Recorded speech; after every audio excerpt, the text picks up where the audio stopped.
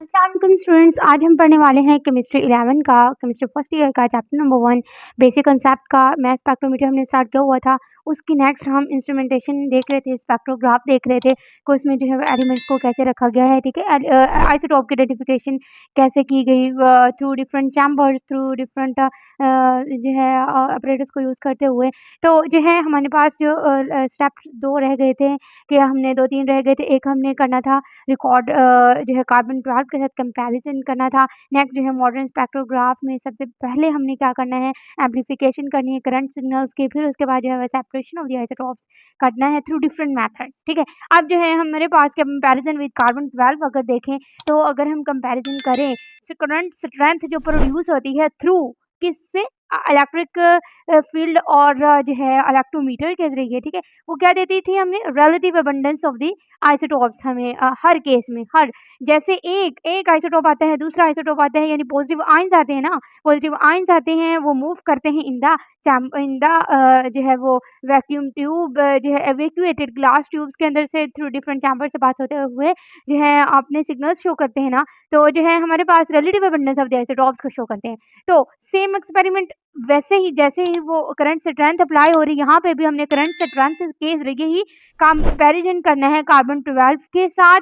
तो जो है हमारे पास सेम प्रोसीजर जैसे हमने करंट अप्लाई किया, करंट स्ट्रेंथ से हमने फाइंड आउट किया, ऐसे ही हमने इसके साथ करना है। और comparison with the isotopes current को उसके करंट से कंपेयर करना है और हमें आइडेंटिफिकेशन ऑफ द आइसोटोप्स मिलेगी। ठीक है, फिर ये कंपैरिजन जब हम करते हैं तो ये क्या करती है, मेजर करती है exact mass number of the isotopes. ये अब आप लोग हाई क्लासेस में जाओगे तो इसको अच्छे से जो है वो इस पे ग्रिप आ जाएगी मास स्पेक्ट्रोमेट्री के ऊपर। वहाँ पे डिटेल में मास स्पेक्ट्रोमेट्री को समझाया गया है। ठीक है, तो यहाँ पे हमारे पास इतना तक रखना है आपने। ठीक है, अब जो है हमारे पास क्या होगा, ये मैं आपको इससे स्पेक्ट्रोग्राफ ये मैंने बनाया है। ठीक है, स्पेक्ट्रोग्राफ इसे कहते हैं, तो या स्पेक्ट्रम कहते हैं। ठीक है, स्पेक्ट्रोग्राफ जिसे कहते हैं। ठीक है, या स्पेक्ट्रम, इसको हमने ड्रॉ किया है थ्रू डिटेक्टर। अब जो है मॉडर्न स्पेक्ट्रोमीटर ये हमारे पास यहाँ पे सबसे पहले हमने क्या किया, वेपोराइज किया सब्सटेंस को, नियॉन को हमने इसके अंदर एंटर किया, वेपोराइज किया,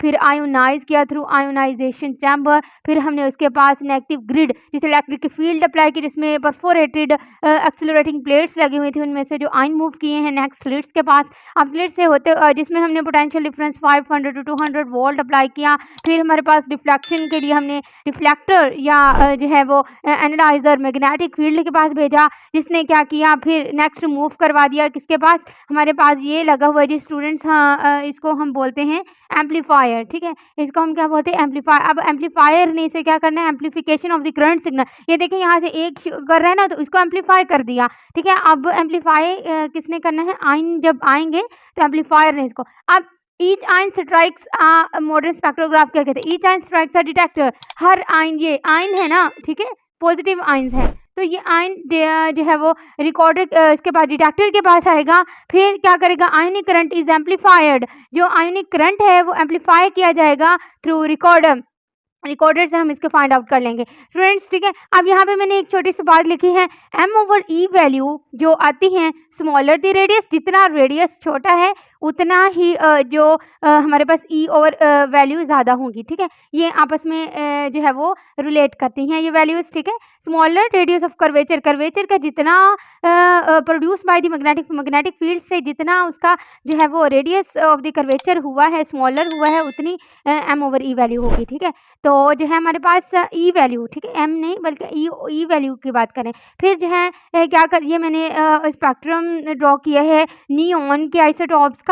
ठीक है, नियॉन आइसोटोप्स जो है मैंने यहाँ पे शो करवाए हैं कि नियॉन के अगर हम देखें 20 वाला, नियॉन 20 की जो है हमारे पास क्या यहाँ पे मास नंबर हमने लिखे हुए हैं, यहाँ पे रिलेटिव अबंडेंस। तो नियॉन 20 की कितनी अबंडेंस है, 90.92% ऑन द अर्थ क्रस्ट। फिर उसके बाद 20 की बात कर लें, नियॉन 20 की बात 21 की बात कर लें तो 0.257% है जी इसकी abundance on the earth crust. अब नियॉन 22 की बात कर लें तो कितनी अबंडेंस है इसकी, 88 0.82%, ठीक है। ये स्पेक्ट्रम शो करवा रहा है रिलेटिव अबंडेंस। जैसे आंसर ट्राई की है रिकॉर्डर पे एम्पलीफाई होके, फिर जो है हमने इसको जो है वो रिकॉर्डर की हेल्प से इसकी स्पेक्ट्रम ड्रॉ कर दिया, ठीक है स्टूडेंट्स। तो जो है देखें जी स्टूडेंट्स के अगर आइसोटॉप्स की हमें आइडेंटिफिकेशन हो गई है तो हमने इसकी सेपरेशन भी करनी है, ठीक है।